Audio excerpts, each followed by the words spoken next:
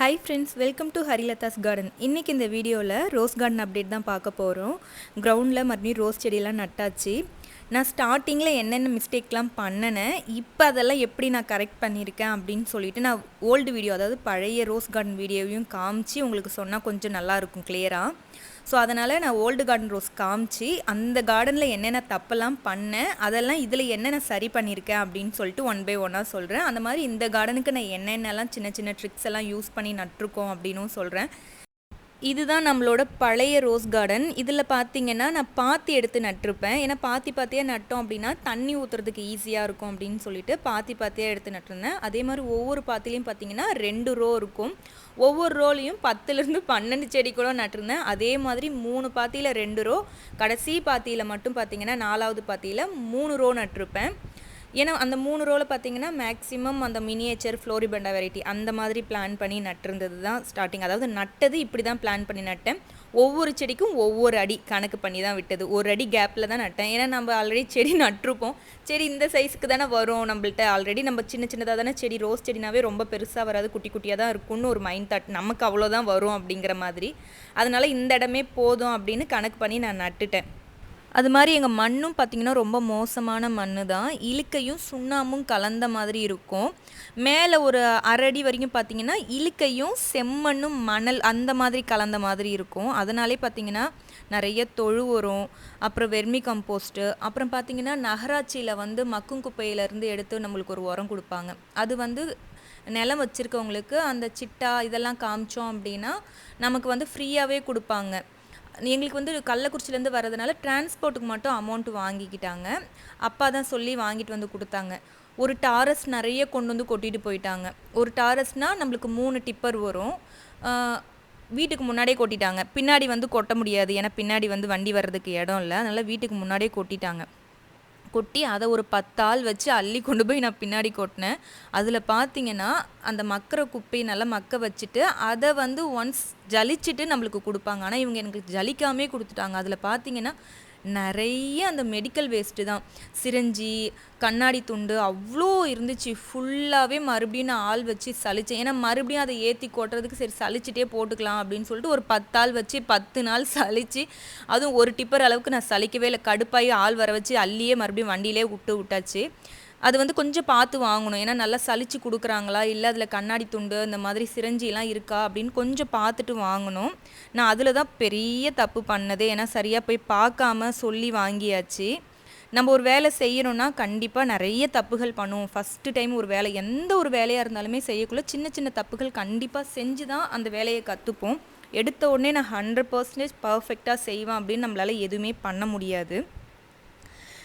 ஒருத்தவங்க கமெண்ட் பண்ணியிருந்தாங்க நம்ம சேனலில் கூட, டெரஸில் வச்சுருந்தீங்க, அப்புறம் கிரவுண்டில் வச்சிங்க, மறுபடியும் இப்போ எடுத்து டெரஸில் வைக்கிறீங்க, அதுக்கு பருத்தி மூட்டை குடோன்லேயே இருக்கலாம் அப்படிங்கிற மாதிரி கமெண்ட் பண்ணியிருந்தாங்க.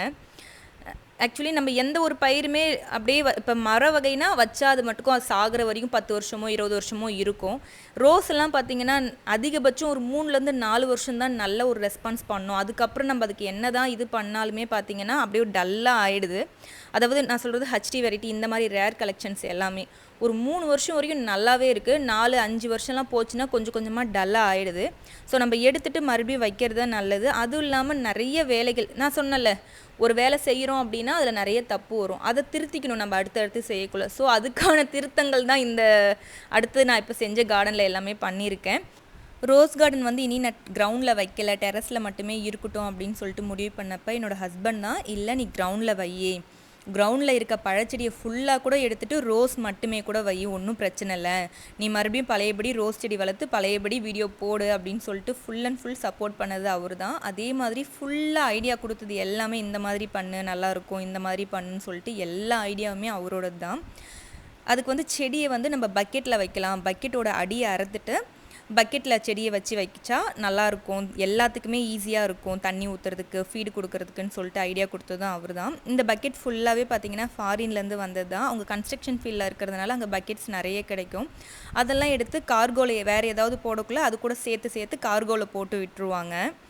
இது ஃபுல்லாகவே பார்த்திங்கன்னா நம்மளால் கையால் அறக்க முடியாது, அதனால் மிஷின் வச்சு தான் கீழே ஃபுல்லாகவே அறுத்தோம் அந்த பக்கெட்டில்.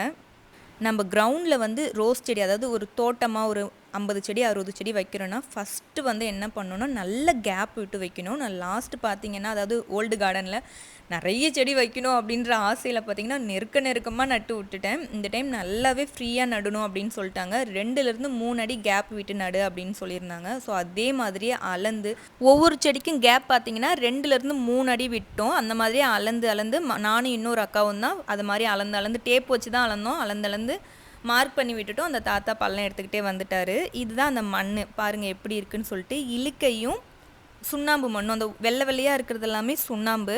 அப்படியே ரொம்ப பிசுன்னு இருக்கும். தண்ணி ஊற்றலைன்னா அப்படியே இறுகி கல் மாதிரி ஆகிடும். இதில் செடி வேரே இறங்காது, அந்த அளவுக்கு தான் இருக்கும் இந்த மண். மேலே பிளாக்காக இருக்கிறதெல்லாம் நம்ம கொட்டின மண். இது பாருங்கள் எப்படி இந்த வெள்ளையாக இருக்கிறது எல்லாமே பார்த்திங்கன்னா சுண்ணாம்பு. அதனால தான் மண் அந்த பள்ளத்தில் வந்து மண்ணை எடுத்துட்டு பக்கெட் வச்சுட்டு பக்கெட்குள்ளார நல்ல மண் எருவெல்லாம் கொட்டி அதில் செடி வைக்கலாம் அப்படின்னு சொல்லிட்டு பிளான் பண்ணுது. பாருங்கள் ஒவ்வொரு செடிக்கும் எவ்வளோ கேப் இருக்குது அப்படின்னு சொல்லிட்டு. நல்லா ஃப்ரீயாக இருக்கக்குள்ள தான் நம்ம போயிட்டு வர்றதுக்கு நல்லா ஈஸியாக இருக்கும். இந்த தாத்தா 2 ரோ எடுத்துட்டாரு. நாங்களும் ஃபுல்லாக மார்க் பண்ணி விட்டுட்டோம். உடனே எனக்கு கால் வருது எங்கள் ஹஸ்பண்ட்ட இருந்து. நீ வந்து மார்க் பண்ணதெல்லாம் ஓகே தான், ஆனால் எல்லாமே கோணலாக இருக்குது, அப்படி எல்லாத்தையும் கலைச்சிட்டு மறுபடியும் ஃபஸ்ட்லேருந்து நீ போடு, பார்த்தா எல்லாமே கிராஸாக இருக்குது, நீ போட்டதே சரியில்லை அப்படின்னு சொல்லிட்டாரு. எனக்கு பார்க்குறதுக்கு கரெக்டாக இருக்க மாதிரி தான் தெரியுது, நீ நூல் கட்டி பிடிச்சி போடு அப்படின்னு. நூல் கட்டுறதுக்குலாம் எனக்கு தெரியாது அப்படின்னு. அப்புறம் அவங்க சித்தப்பாவை வர சொல்லி நீங்கள் போய் அவங்களுக்கு நூல் கட்டி கரெக்டாக அளந்து விட்டுட்டு வாங்க அப்படின்னு சொன்னார். இந்த மனுஷன் ஃபாரினில் இருந்துக்கிட்டே சிசிடிவி கேமராவில் பார்த்து நான் எல்லாம் கோணலாக போட்டிருக்கேன் அப்படின்னு கண்டுபிடிச்சி மறுபடியும் ஃபஸ்ட்லேருந்து அளந்து போட வச்சுட்டேன் அப்படி இவர். இதில் பார்த்தீங்கன்னா அந்த பெரிய வட்டெல்லாம் நான் அளந்து போட்டது, இந்த சின்ன வட்டெல்லாம் இப்போ நூல் கட்டி அவங்க அளந்து போட்டது. கொஞ்சம் தான் வித்தியாசம், பெருசாக ஒன்றும் வித்தியாசம் இல்லை. இட்ஸ் ஓகே, பரவாயில்ல அப்படின்னு நானும் விட்டுட்டேன். ஃபுல்லாகவே இந்த மாதிரி அளந்து ஃபுல்லாக பள்ளம் எடுத்தாச்சு. பள்ளத்தில் ஃபுல்லாகவே பக்கெட் வச்சதுக்கப்புறம் அந்த அவுட்டர் சைட் பக்கெட் அவுட்டர் சுற்றி பார்த்திங்கன்னா கேப் இருக்கும். அந்த கேப்பில் பார்த்திங்கன்னா அந்த மண்ணெல்லாம் தள்ளி விட்டு தண்ணி விட்டோம் அப்படின்னா அந்த மண் நல்லா போய் செட்டில் ஆகிடும், பக்கெட்டும் ஆடாது, அந்த கேப்பும் இருக்காது. அந்த மாதிரியே பண்ணி விட்டதுக்கப்புறம் பார்த்திங்கன்னா ஃபுல்லாகவே இந்த மாதிரி மேட் போட்டாச்சு. மெயின் பிரச்சனை நம்மளுக்கு பில்லு தான். கிரவுண்டில் வைக்கக்குள்ளே அவ்வளோ களைச்செடிகள் வரும். நார்மலாக ஒரு தோட்டத்தில் களை வெட்டுறதுக்கு ஆள் கிடச்சிரும். இந்த ரோஜா தோட்டத்துக்கு மட்டும் களை வெட்ட யாரும் வரவே மாட்டாங்க, முள் குத்துது அப்படின்னு சொல்லிட்டு. அதனாலே பார்த்தீங்கன்னா பில்லு வந்து வராமல் இருக்கணும் அப்படின்னு சொல்லிட்டு இந்த மேட் வாங்கி போட்டாச்சு. இந்த மேட்டுமே ரொம்ப குவாலிட்டியாக கிடைக்கல. இது பார்த்திங்கன்னா நம்ம நார்மல் சாக்கு மாதிரி தான் இருக்கே. நிறைய பேர் சொன்னாங்க இது சீக்கிரம் மக்கிடும்னு. என்னோடய ஹஸ்பண்ட் கூட இது போடாத அப்படின்னு சொல்லிட்டு அப்படி இருந்தாலும் பரவாயில்ல, நான் இப்போதைக்கு போடுறேன், அப்புறம் பார்த்துக்கலாம் அப்படின்னு சொல்லிட்டு போட்டுட்டோம். ஃபுல்லாகவே போட்டு வச்சாச்சு. இதில் பாதி தான் இப்போ செடி நட்டுருக்கோம், ஏன்னா பக்கெட் அவ்வளோதான் இருந்துச்சு. இன்னும் பாதி ஒரு 30 பழம் இருக்குது. அந்த 30க்குமே பார்த்திங்கன்னா பக்கெட் தேவைப்படுது. ஸோ பக்கெட் வந்ததுக்கப்புறம் அதை நட்டுக்கலாம் அப்படின்னு சொல்லிட்டு இப்போதைக்கு இருக்கிற பள்ளத்துலலாம் நட்டுடலாம் அப்படின்ட்டு எல்லாமே வச்சாச்சு. இந்த பள்ளத்தில் ஃபுல்லாகவே மண் பார்த்திங்கன்னா இதுக்கு மேலே, அதாவது நான் ஏற்கனவே கொட்டினேன்னு சொன்னேன்ல பழைய ரோஸ் கார்டனில், அந்த மண்ணையே சுரண்டி வச்சுருந்தோம். அது கூட தொழு உரம், வெர்மி கம்போஸ்ட்டு, அப்புறம் ஆட்டு உரம், கொஞ்சமாக வந்து வேப்ப முன்னாக்கு, இதெல்லாம் கலந்து அதை கொட்டி அதில் தான் நட்டமே. நான் டெரஸில் இருக்க கொஞ்சம் செடி, ஏற்கனவே நம்ம பழைய கார்டனில் இருக்க செடி எல்லாம் எடுத்து வச்சுருந்தேன்ல, அதுவும் இல்லாமல் நான் கொஞ்சம் செடி வாங்கி வச்சுருந்தேன், அதெல்லாம் தான் இப்போ நம்ம நட போகிறோம். இது பார்த்திங்கன்னா நம்ம ஏற்கனவே இங்கே கிரவுண்ட்லேருந்து பிடுங்கந்து தான். நான் கோகோ பீட்டில் வச்சுருந்தேன் பாருங்கள், எவ்வளோ வேர் வந்திருக்குன்னு சொல்லிட்டு சூப்பராக வந்துருந்துச்சு. ரொம்ப பழைய செடி, ஒரு 3 வருஷம் 4 வருஷம் 2 வருஷம் செடியெல்லாம் வைக்கவே இல்லை. ஒரு வருஷம் அந்த அளவுக்கு இருக்கிற செடி மட்டும்தான் நான் மறுபடியும் இந்த தோட்டத்தில் வைக்கிறேன். பழைய செடி ரொம்ப பெருசாக கட்டாக இருக்கிற செடியெல்லாம் அப்படியே வச்சு கிரவுண்டில் வைக்க வேண்டாம், அதெல்லாம் நம்ம டெரஸ்லேயே வச்சுக்கலாம். ஏன்னா ரொம்ப பழைய செடியை வச்சோம் அப்படின்னா கொஞ்ச நாள் நல்லாயிருக்கும், மறுபடியும் அது சரியாக பூக்காது. அதனால் கொஞ்சம் சின்ன செடிகளாக வச்சோம் அப்படின்னா நம்மளுக்கு நிறைய பூக்களும் கொடுக்கும், நிறைய நியூ க்ரோத் வரும். ரொம்ப அதாவது மதர் பிளான்ட் மாதிரி இருக்க செடியெல்லாம் பார்த்திங்கன்னா நம்மளுக்கு அந்தளவுக்கு நல்ல பெர்ஃபார்மன்ஸ் பண்ணாது. அதனால் நான் பார்த்திங்கன்னா சின்ன செடிகள் மட்டும் நட்டிருக்கேன். ரொம்ப பெரிய செடியெலாம் அப்படியே வச்சுட்டேன். ஃபுல்லாகவே நட்டு வச்சாச்சு. நட்டுட்டு கையோடவே ஃபுல்லாக எல்லா செடிக்கும் தண்ணி ஊற்றி விட்டாச்சு. எப்பயுமே ஒரு செடி நடுறீங்கன்னா ஈவினிங் டைமில் நடுங்க. நாங்கள் நட்டு முடிக்கிறதுக்கு நைட்டு 7 மணி ஆகிடுச்சி. இது நியூ இயர் அன்றைக்கி காலையில் எடுத்த வீடியோ.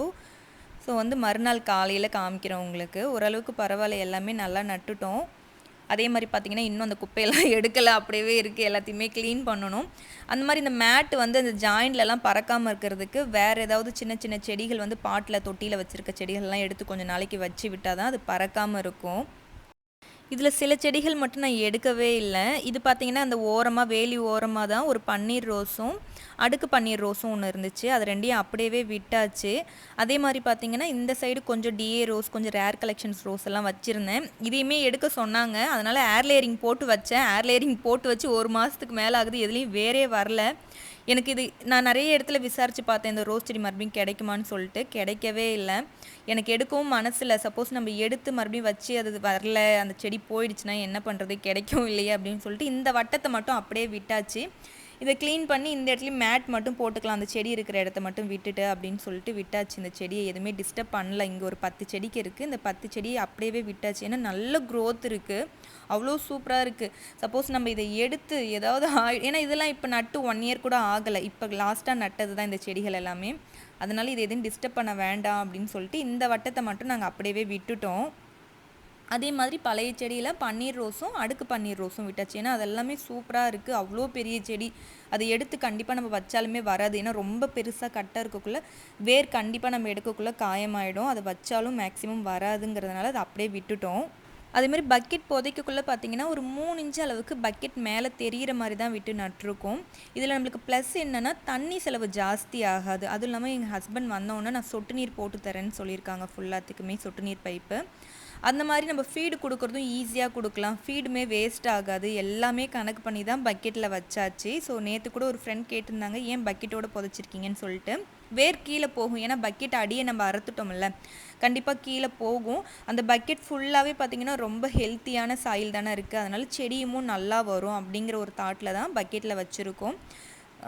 எப்படி வரும்னு தெரியல, இருந்தாலும் நல்லா வரும் அப்படிங்கிற ஒரு நம்பிக்கையில் தான் வச்சுருக்கோம். போக போக பார்க்கலாம் எப்படி வந்து இது ரிசல்ட் கிடைக்கிது அப்படின்னு சொல்லிட்டு. ஓகே ஃப்ரெண்ட்ஸ், உங்களுக்கு இந்த வீடியோ யூஸ்ஃபுல்லாக இருந்துச்சு அப்படின்னா லைக் பண்ணுங்கள், ஷேர் பண்ணுங்கள், மறக்காமல் சப்ஸ்கிரைப் பண்ணுங்கள். தேங்க்யூ.